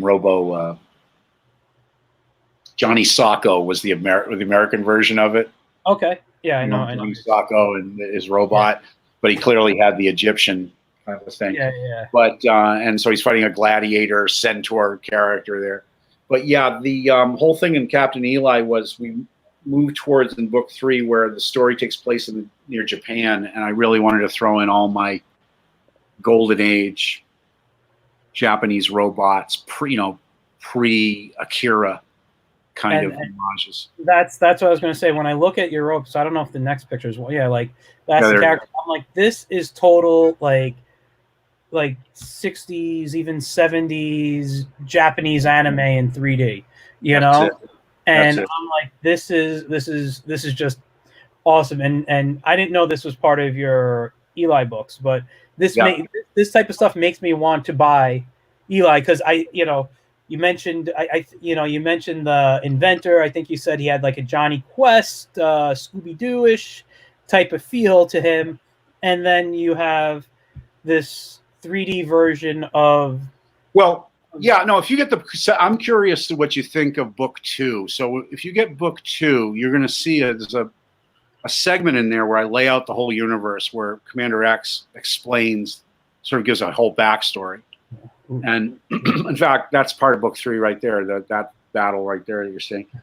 And I did a huge amount of again, because I had the freedom with Captain Eli, it gave me this chance to do so much research.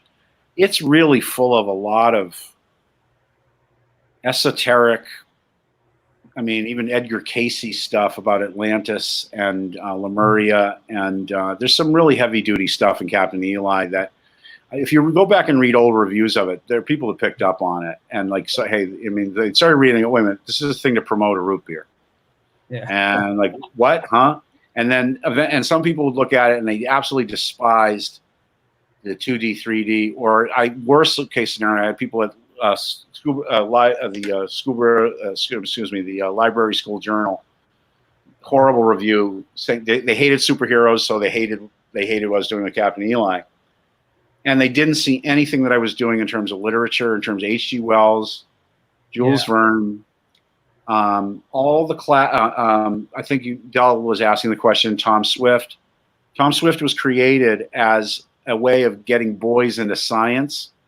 Mm-hmm. And when I started Captain Eli, I wanted to create an equivalent, and that's when STEM and STEAM education, which now I'm getting heavily into and creating properties around specifically. That was back then, 12 years ago, we had STEAM and STEM in there. In fact, there's a Captain Eli story it's called Reading with Pictures. That's all around the world, in every library in the world. Is an 8-page story where Captain Eli deals with this thing called a goblin shark. So we get into evolution. We get into actually, there's a thing in there about how underwater vents with hot water coming from vents on the ocean floor will create visual anomalies, and that came out of my head because of, and it worked into the story. That's why this creature gets magnified to look bigger than it is. Yeah. But I had found out later that had just been discovered. Like 4 years after I wrote the story, the Navy came up with a paper how underwater anomalies like that, underwater thermal vents create visual anomalies. And I did it as a story convenience. And that's how, and that taught me a lesson that it can happen to anybody. When you see these things in stories, you can come up with an idea out of convenience. And in reality, it gets confirmed because what you're doing, you're basing it in reality. Like why not? When mirages are created by hot air rising. So why wouldn't hot water do the same thing? That's what I thought. And then what do you know? It turned out to be confirmed. Yeah. So that's some of the great things that happen with Captain Eli. It's not just about this little boy. It's not just for kids kind of a thing. And I really wanted to push the all ages idea that, a lot of people are doing all ages now, and it's still it's very childish pastiche kind of stuff. I wanted to make something that was kind of like 70s comics where anybody could pick it up. Yeah. That's the kind of stuff I like to do with my comics. I haven't published anything in years, but I'm getting ready to start putting some stuff out soon. And awesome. My comics I'm a big fan of Golden and Silver Age books. So I want my stuff to have that feel, even if I do it in a cartoony style or the Bruce Timmish style that I draw in. I want that feel in the story, that it's just fun and, you don't really know much. Again, Bruce Timm is borrowing from wood, so wood's silver. Exactly. Yeah. So you're not really, you don't have to apologize for it. You can just do what you want. It's perfect. I'm not saying apologize to me or whatever. It's like feel good about it. I do. Let me ask you, what are you building your 3D characters in and the 3D backgrounds? What software do you use? Oh my God, I'm using so many different things. The final renderings are in Bryce. Okay. But I'm using, which is sort of the poor man's Lightwave. Okay. I have Lightwave, but I haven't fully learned it yet. Mm-hmm. But I do use Lightwave models, and I use, again, as I said, I look at myself as a found object artist, even though I would say he's built from scratch, except for the hands. Those fists were taken off of like a human model and messed around with. But that robot's built from scratch, other than the hands. But that's what I'll do is, depending on the situation, use models. And like the stuff I'm doing with the Taggart stuff right now, I love building those vehicles where they're kind of original, but I'm ripping off pieces of other ones, and they're still coming off as looking new. The Taggart character. It looks like you kind of used you as a model. Yeah, and this is all because of necessity, where I'm just having fun at home using. Those are all made on my phone. Everything, all that Taggart stuff was all made on my phone. I saw like a comic drawing somewhere earlier. I'm just looking for it. I don't know if it was on this page or not. When I publish it, I designed it to be a fumetti, but the amount of time it's going to take me to actually shoot green screen and do everything with, and not, I might as well draw it. But I'm still got a 8-page fumetti plan that I plan on doing, that I want to do. where Fumetti being, using the actual photos that are worked in Photoshop and melded with 3D stuff. Yeah. But yeah, Taggart, basically, the reason it's me is part of it is I'm alone in my apartment during this. That's what's, and what had ended up happening was I had done a selfie where I morphed myself with Sean Connery. Okay. In the Taggart stuff, I basically have my makeup is being morphed with Sean Connery. So I'm not my eyes and beard will get morphed slightly in towards some Sean Connery images that I found. And why that's important, besides I love Sean Connery, is Outland. So I want Taggart to be Taggart's. It's a space western, and with some big twists that I've never seen in a space western before, in terms of getting into the existential part of it, but also if you take an image I just put up that's on my personal page, which I'm using as my.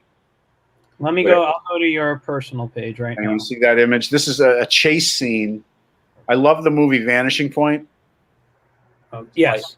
Okay, so I more than adore the movie Vanishing Point. Okay, so that scene without me in the middle, without the character in the middle there. Yeah, there you go.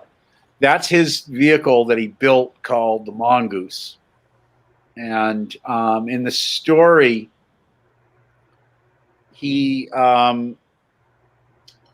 there's a moon that's basically all gold. Okay. The whole thing is gold.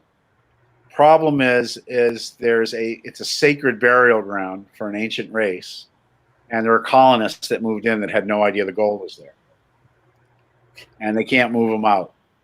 And one thing gets after another, where they can't move, like one thing after another. And Taggart's got to make the decision: am I going to be a hero and help these people out?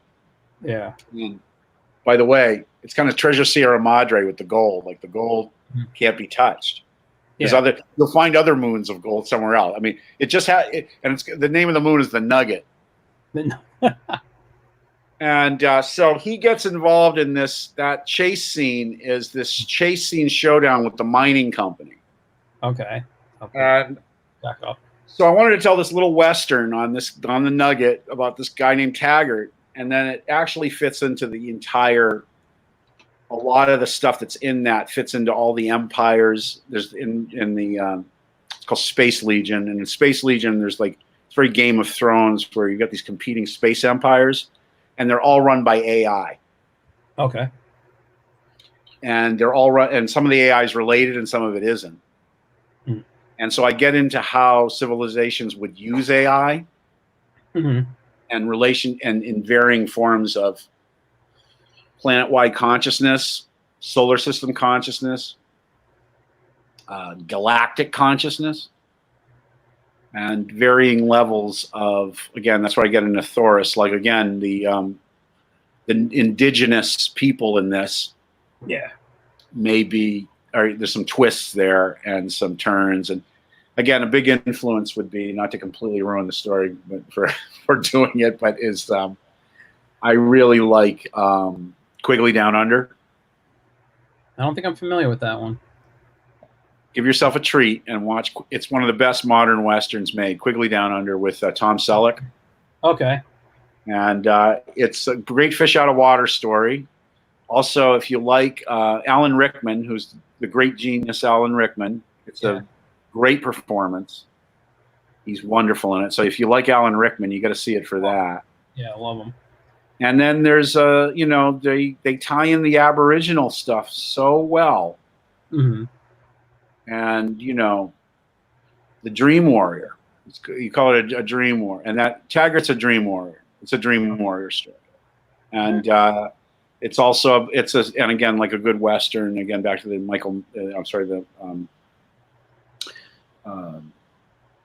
what's his name? Jimmy Stewart Westerns, the Anthony Mann Westerns. It's somebody who's can't make up for his mistakes with who he made the mistakes to. Mm-hmm. But a situation opens up in life that appears that this is his chance to redeem himself.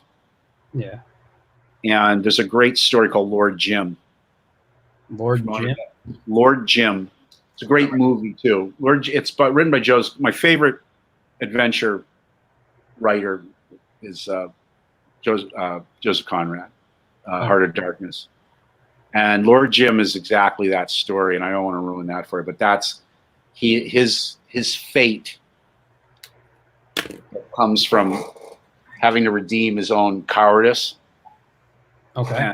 And how the universe sort of conspires for this next situation for him to run into is incredible story. Nostromo is another one, like the namesake of the alien, the Nostromo. Okay. Is based on is a story by Joseph Conrad called Nostromo, and he's a part of, and Nostromo means our man, and he's the hero of his country or his village, and he's got to get the reason Nostromo is a mining vehicle is because there's all this silver that has to be moved and in a boat, and Nostromo is tasked with doing it. So I love that any kind of Joseph Conrad's a really important, very important writer for me. And, if people read Conrad, they'll see that a lot of my character, Taggart would be the closest, I think, to a Joseph Conrad story, or kind of or main character being like a Conrad character, obsessed, driven, redemption, madness, all that stuff and tough guy, like really harsh, tough, environments where this comes in, that it kind of squeezes that out. It's kind of like toothpaste. It just like that harsh environment pushes that kind of story out. That sounds fantastic. I'm looking forward. I got to go back and look at some of your other work. I got to go on the Drive Through Comics website. That's where you said we could possibly get Captain Eli. Yeah, I think they're still up. I think the whole series is up, and comics and some of the Commander X books. All right, awesome. I'm gonna have to start closing down tonight. We're almost hitting the 2-hour mark. Let me tell you, this has been incredibly fun for me. Like I said in the beginning, your work inspires me. This conversation has inspired me to actually want to go do more work right now. But it's getting close to me winding down. We definitely need to have you back. I need to talk to you more at some point. When you're doing your crowdfunding that you're thinking about doing, I definitely want to have you back. We'll promote that for you. But yeah, can I do a quick sorry to interrupt. Can I do a quick plug again? Yeah. Okay, yeah. So let's talk again when we for specifically Uncle Sam and Cthulhu. When that's gonna, I'll check out with Scott when that's gonna launch, and maybe we can get him on too. I would love to have both of you. Yeah, totally. And we could do that when the time's appropriate for that. Let me get a quick plug in that I do have a semi-steady gig that I do for Mythic Portal Games. So for any gamers out there, I create 24 different plugins for their games on a monthly basis. I just did a bunch of animals. I did superheroes and villains for a Paragons and Prowlers kind of a plugin they did. So that's at Mythic Portal Games. You can check them out, and you can see some of my work there. And I'm sure, and believe me, if you go there, say I sent you, and they'll be. I'm sure the management will be happy about that. And yeah, and then the other, I just think there's other. I forgot to mention this. I'm also doing some work with another great writer named Michael Dorwitz. We're doing a Captain KO story, and he's created a character called the Attack. And I'm sure people who go to the Facebook public domain page will see his work and him putting stuff up. And he's a very good writer too. And he's got, what I really like is he does, when he takes a PD idea, it's a trampoline. It's like he takes it and he goes with it. Goes in, and I really like people who do pastiches too, but I really like that he takes it and goes, this is kind of where I want to go with the story. Yeah. That's nice. All right, yeah, I'll definitely look him up. So just a quick plug for you guys on Facebook, the art of Jay Piscopo. Make sure you check out his stuff. Go like his page. Go on Indie Planet, look him up. Drive Through Comics. Are YouTube. You on what? Go YouTube too. YouTube. Go to YouTube. Page? Totally. We'll check out. Well, the Taggart. Actually, you know what's really funny? We made so much time gabbing here. I made a Taggart trailer Okay. on YouTube. So if you go to the Taggart, if you go to my YouTube page, you'll see Taggart number 5.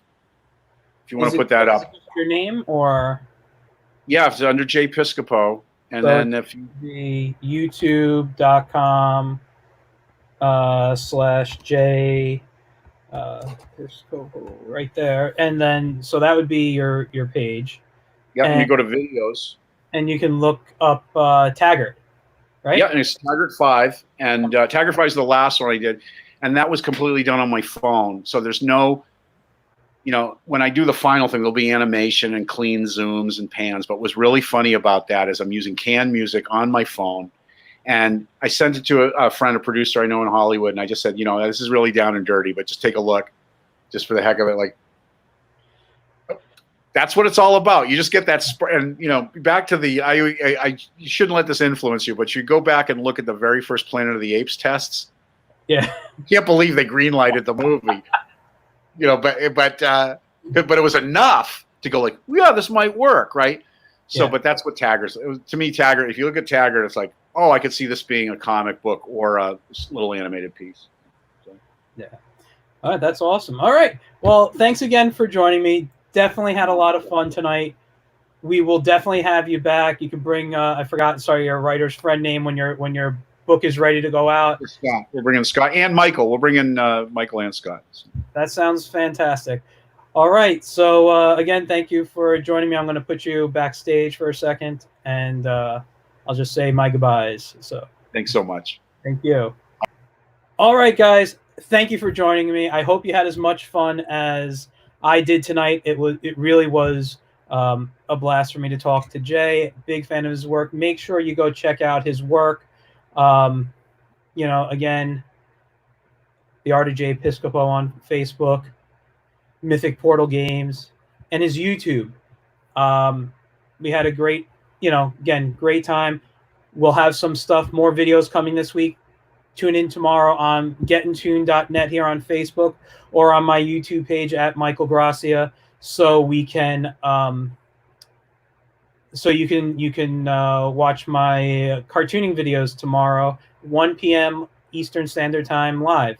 All right, so thanks again for watching. This is where you can find me. Have a great night, guys.